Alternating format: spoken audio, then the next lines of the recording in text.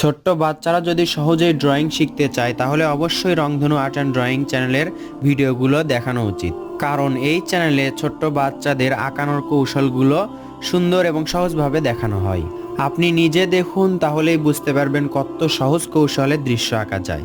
এখানে দেখতে পাচ্ছেন একটি স্কেল নিলাম। স্কেল নিয়ে আমরা কি করব, এখান থেকে মাঝে রেখে একটা সোজা দাগ আঁকবো। এটা কিন্তু আমরা সহজেই পারবো। এই দাগ থেকেই দারুণ কিছু হয়ে যাবে। কিভাবে দেখুন, এখান থেকে একটা দাগ আঁকলাম, এরপর এখান থেকে একটা দাগ আঁকলাম।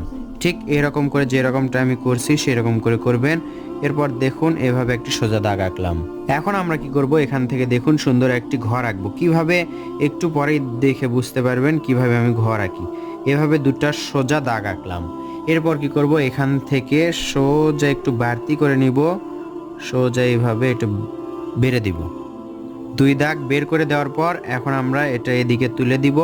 এরপর ঠিক একই রকম করে এই পাশেও এটা এভাবে তুলে দিব। তুলে দেওয়ার পর এখান থেকে এটা লাগাই দিব। এখন এটা একটু উঁচু করে দিব। তাহলে দেখুন সোজা একটি ঘর হলো। এই দাগ থেকে সুন্দর একটি ঘর হতে যাচ্ছে। এরপর কি করব, এখানে একটি দেখুন, এখান থেকে নিচের দিকে নামাবো সোজা, আবার এখান থেকে নিচের দিকে নামাবো সোজা। এরপর এটা মেলাই দিব। মেলাই দিলেই কিন্তু সুন্দর একটি দরজা হলো। ঘর আঁকলে অবশ্যই দরজা থাকতে হবে, এবং জানালা যদি দেওয়া যায় তাহলে কিন্তু আরও সুন্দর হবে। এই পাশে একটি জানালা দিলাম, চার কোণা। এই পাশে আরেকটি জানালা আঁকলাম, এই পাশে মাঝে দিলাম। এই তো সুন্দর একটি ঘর হয়ে গেল। আমি আগেই বলছি, ছোট্ট বাচ্চাদেরকে এইভাবে আঁকতে শেখান, তাহলে কিন্তু তারা সহজে আঁকতে পারবে এবং বুঝতে পারবে। এখানে এরকম দিলাম। এরপর আমরা কি করব, এখান থেকে এইভাবে আঁকবো, আবার এখান থেকে নিচের দিকে এইভাবে নিয়ে আসবো। এটা দেখুন একটি সহজে সুন্দর একটি তাল গাছ আঁকবো। কিভাবে, এখান থেকে নিচের দিকে নিয়ে আসবো, এখান থেকে নিয়ে আসবো। আসার পর দেখুন এরকম জিগজ্যাগের মতো করে এভাবে দিব। এটা কিন্তু সহজেই সবাই পারবে, ছোট্ট বাচ্চারা পারবে। এইভাবে দুইটা দাগ আঁকলাম। আঁকার পর দেখুন এটা এভাবে এটার সাথে মেলাই দিলাম, এটা এভাবে এটার সাথে মেলাই দিলাম। হয়ে গেল সুন্দর একটি তাল গাছ। কিভাবে দেখুন, অল্প সময়ের মধ্যে সুন্দর একটি তাল গাছ। এভাবে কি আপনি কল্পনা করছিলেন এভাবে সহজে আঁকা যায়? আগে আমরা বলেছি দৃশ্য কঠিন করব না। এই পাশে সোজা দাগ আঁকলাম, ডাবল করে দেখুন এই পাশে একটু গাঢ় করে দেওয়ার চেষ্টা করব। এভাবে ঠিক এইভাবে যেভাবে আঁকছি সেভাবে আঁকার চেষ্টা করবেন। কঠিন না, দেখুন দৃশ্য আঁকানো কত সহজ। এইভাবে যদি দিতে থাকেন তাহলে কি হবে একটু পরে বুঝতে পারবেন।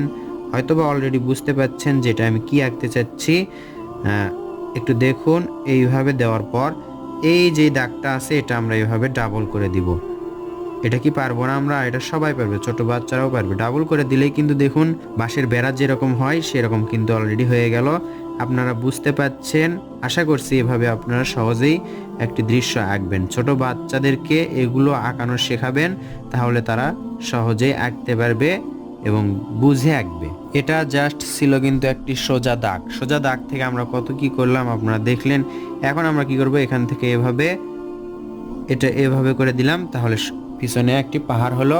আবার কি করব, এখান থেকে এইভাবে তুলে দিব, উঁচু পাহাড় হয়ে গেল। এখান থেকে আবার এভাবে তুলে দিব, তাহলে কিন্তু পিছনের দিকটা শেষ হয়ে গেল।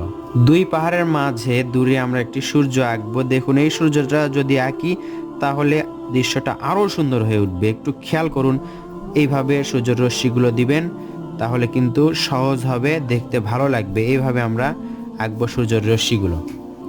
সুন্দর সুন্দর দৃশ্য আঁকা শিখতে কিন্তু আমাদের চ্যানেলটি অবশ্যই সাবস্ক্রাইব করে রাখবেন। এভাবে দেখুন জিগজ্যাগের মতো করে নিচের দিকে নিয়ে আসছি।